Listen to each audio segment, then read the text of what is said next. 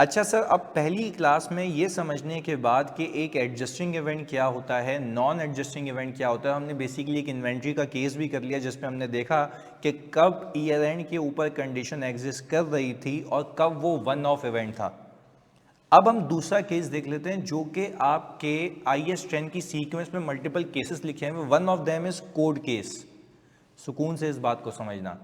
वो क्या ही रहा है इस एग्जाम्पल में जो मैंने आपको बताई है। भाई हम कह रहे हैं कि भाई 28 दिसंबर 2020 28 दिसंबर 2020 को सही जी एक इवेंट हुआ है।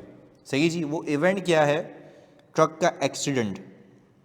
ट्रक का एक्सीडेंट, हमने कहा भाई ट्रक का एक्सीडेंट हुआ है 28 दिसंबर को, आपके सामने ट्रक कल्टी हुआ है, ऐसा ही है। चलें जी, इस ट्रक के कल्टी होने से हुआ ये कि भाई आजू बाजू की गाड़ियों को नुकसान हुआ, जो वहाँ पे पानी जा रहा था वो आलूदगी में भर गया क्योंकि आपके ट्रक के अंदर केमिकल्स थे। ये सारा काम हो गया, आप निकल लिए। आप निकल लिए, आपने 2 दिन गुजारे, 3 दिन गुजारे, आपका ईयर एंड आ गया। ये रहा भाई, हमने कहा कि भाई ये है हमारा ईयर एंड, और you can say reporting period. ये हमारा रिपोर्टिंग पीरियड है। अब हुआ ये कि 31 जनवरी को, हुआ ये कि 31 जनवरी को 2021 को, सर ईयर एंड के बाद, ईयर एंड के बाद, ईयर एंड के बाद मुझ पे किसी ने केस फाइल किया। ईयर एंड के बाद मुझ पे क्या किया? किसी ने केस फाइल किया। अच्छा देखो, 31 दिसंबर 2020 के लिए मैं फाइनेंशियल स्टेटमेंट्स बना रहा हूँ। 31 दिसंबर 2020 के लिए जब फाइनेंशियल्स बना रहा हूं तो मुझ पे केस फाइल हो रहा है ईयर एंड के बाद। तो एक नॉर्मल इंसान सोचेगा, जो नॉन अकाउंटेंट प्रोफेशनल है, वो कहेगा कि भाई चलो ये तो हुआ ही बाद में, अगली बार इसको केस को देख लेना। नहीं नहीं नहीं, गलत गलत गलत। समझने की बात यह है कि ईयर एंड के बाद केस तो फाइल हुआ है, बट जिस वजह से केस फाइल हुआ है वो चीज़ कब हुई थी? ईयर एंड से पहले। तो यानी ईयर एंड के ऊपर आपके ऊपर बल्ली थी। अगेन रिपीट कर रहा हूं, ईयर एंड के ऊपर आपके ऊपर बल्ली थी, आपने कुछ किया हुआ नहीं था। अब आपके ऊपर पर तब गई जब एक इवेंट हुआ, वो इवेंट था आपके ऊपर केस फाइल करना। बट क्या ये जिस वजह से केस फाइल हुआ है वो इवेंट ईयर एंड के ऊपर एग्जिस्ट करता था? क्या उसकी कंडीशन एग्जिस्ट करती थी? जवाब आता है यस। जवाब आता है यस, क्योंकि ये जो ट्रक कल्टी हुआ था, ये जो एक्सीडेंट हुआ था, ये हुआ था ईयर एंड से पहले। So this provides evidence of the condition that existed at year end. और देखो आपकी अकाउंट्स की ऑथराइजेशन डेट क्या है? सर अकाउंट्स की ऑथराइजेशन डेट जो है हमारी, वो आपके सामने है, वो है 31 मार्च 2021। यानी अकाउंट्स अब तक ऑथराइज तो नहीं हुए। तो भाई क्या हम ये कह सकते हैं कि अगर केस फाइल हुआ है कंपनी के अगेंस्ट में अंदर, और सर इसकी एक्सपेक्टेड पेनल्टी,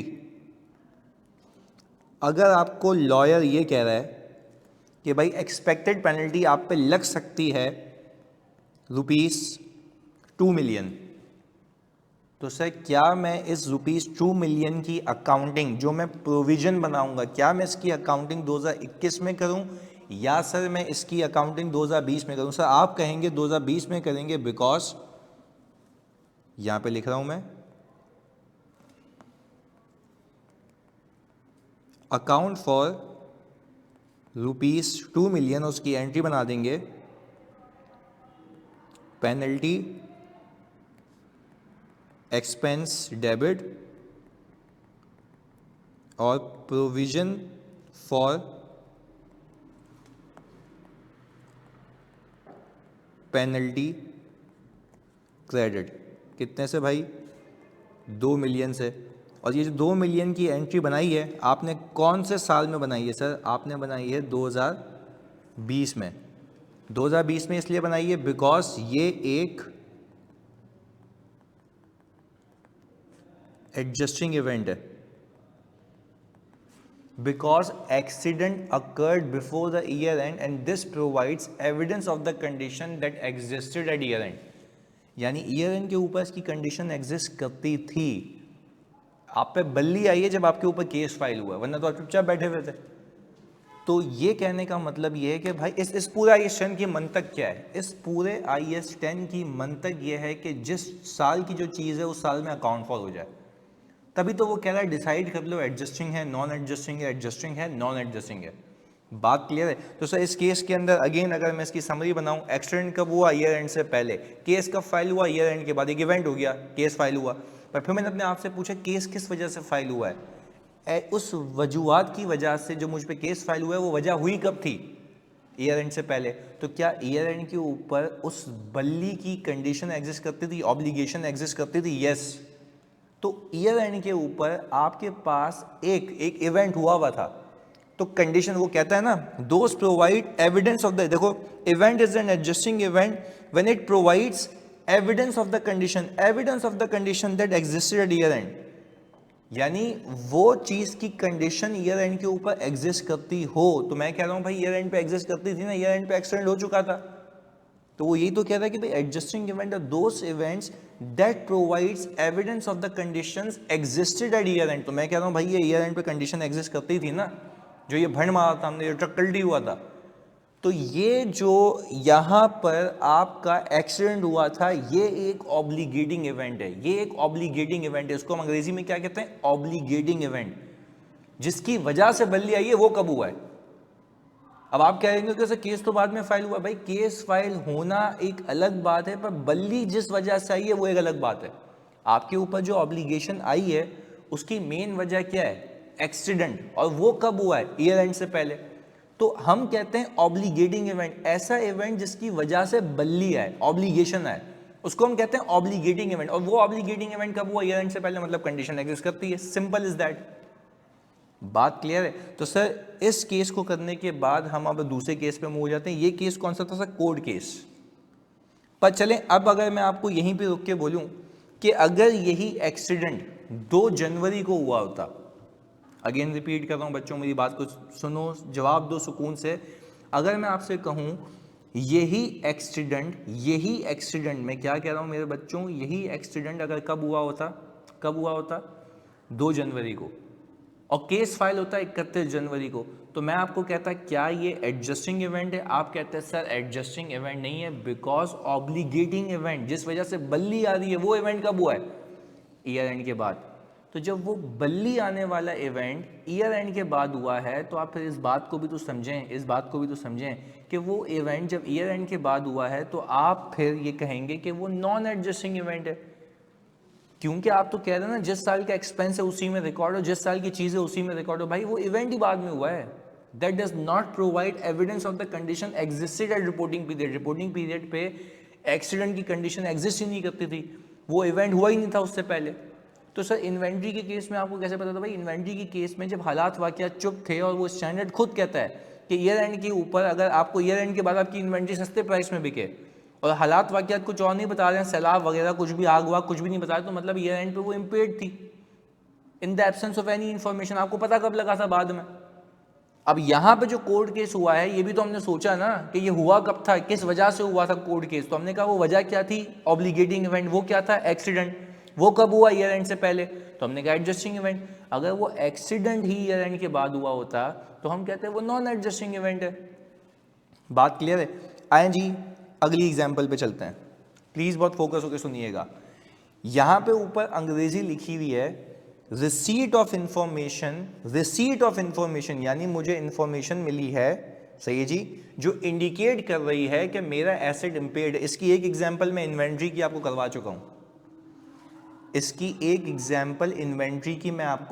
चुका हूं, इन्वेंट्री वाली जो पहली एग्जांपल कर रही, देखो क्या लिखा हुआ है अंग्रेजी, रिसीट ऑफ इंफॉर्मेशन एक इंफॉर्मेशन मिली जो इंडिकेट कर रही है, जो इस बात की वजाहत कर रही है कि मेरा एसेट इंपेयर्ड है।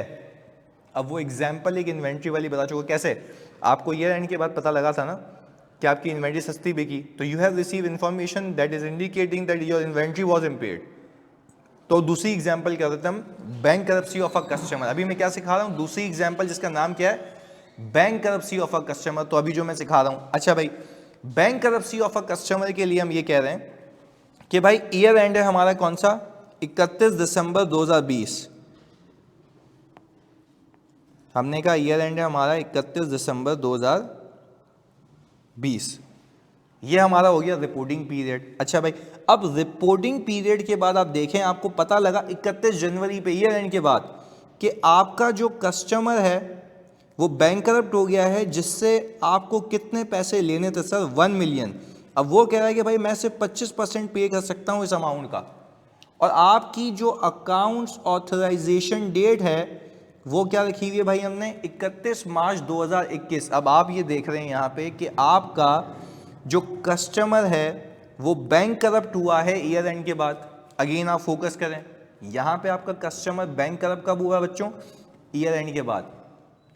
पर ये स्टैंडर्ड आपको ये कह रहा है कि ये इन्फॉर्मेशन आपको कब मिली है। देखो, receipt of information indicating that your asset was impaired. आपको ईयर एंड के बाद पता लगा कि आपका कस्टमर बैंक करप्ट हो चुका है। पर मुझे आप एक बात बताओ, अगर हालात वाकयात चुप हैं तो क्या एक कस्टमर बैंक करप्ट इमीडिएटली हो जाता है या हालात वाकयात होते हैं उसके ऊपर? एक फॉर एग्जांपल, एक बंदा लोन लेता है, फिर वो बिजनेस नहीं कर पाता और आहिस्ता आहिस्ता आहिस्ता आहिस्ता आहिस्ता आहिस्ता आहिस्ता आके उसके हालात ख़राब होते हैं। तो जब आहिस्ता आहिस्ता आहिस्ता आहिस्ता आके उसके हालात ख़राब होते हैं तो वो पहले से ही बैंक करप्ट होता है, डिक्लेरेशन बाद में होती है। तो क्या हम ये कह सकते हैं कि ये इंफॉर्मेशन आना कि एक कस्टमर मेरा बैंक करप्ट हो चुका है, मुझे पता कब लगा? 31 जनवरी 2021 के ऊपर, ईयर एंड के बाद। तो क्या मैं कहूंगा कि sir bank करप्सी of a customer, bank करप्सी of a customer after year and is an adjusting event because a customer becomes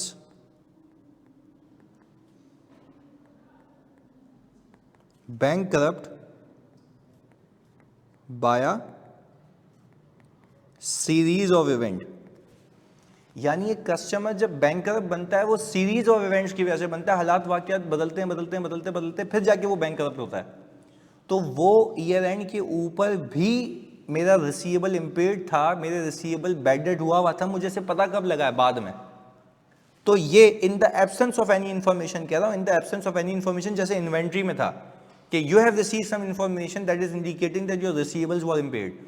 तो अगर आपके रिसीवेबल्स इम्पेयर्ड थे तो आपको पता कब लगा है? बाद में। तो मैं भी तो यही कह रहा हूं कि भाई आपको पता लगा है बाद में, बट वो इम्पेयर्ड पहले से ही था। क्योंकि आपको अगर मैं कहूं कि भाई एक XYZ बंदा बैंक करप्ट हो गया है, तो आप कहेंगे कि भाई क्या हुआ था, कोई क्या जलजला आया था, इसकी फैक्ट्री तबाह हो गई? नहीं भाई, उसमें मतलब कोई वन ऑफ इवेंट नहीं है, कोई वन ऑफ इवेंट नहीं है। अगेन रिपीट कर रहा हूं, कोई वन ऑफ इवेंट नहीं है।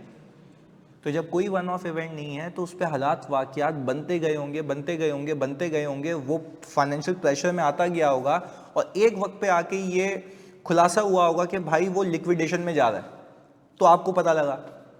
तो यानी कहने का मकसद ये है कि ईयर एंड के ऊपर भी वो रिसीवेबल इम्पेयर्ड था, आपको पता कब लगा है? बाद में। तो इसका लॉस, बैड डेट का लॉस आप 2021 में बुक करेंगे, 20 में? सर 20 में, क्योंकि this is an adjusting event. तो सर हमने कहा कि यहां पे हम लिख देते हैं कि ये जो इवेंट है हमारा वो कौन सा इवेंट है भाई? Adjusting event. ये इवेंट हमारा एडजस्टिंग इवेंट है। अच्छा, अब इसका वाइस वर्सा हो, आपको पता लगे 31 जनवरी को कि जलजला आया, उसकी फैक्ट्री वगैरह सब तबाह हो गई, जलजला आई इवेंट के बाद, तो आपका रिसीवेबल तो 31 दिसंबर के ऊपर तो मौजूद था 2020 में। अब जब 31 दिसंबर के ऊपर आपका रिसीवेबल मौजूद था तो अपने आप से एक सवाल पूछो, क्या 31 दिसंबर पे वो रिसीवेबल रिकवरेबल नहीं था? बिल्कुल था, कंडीशन एग्जिस्ट नहीं करती थी बैड डेट्स की।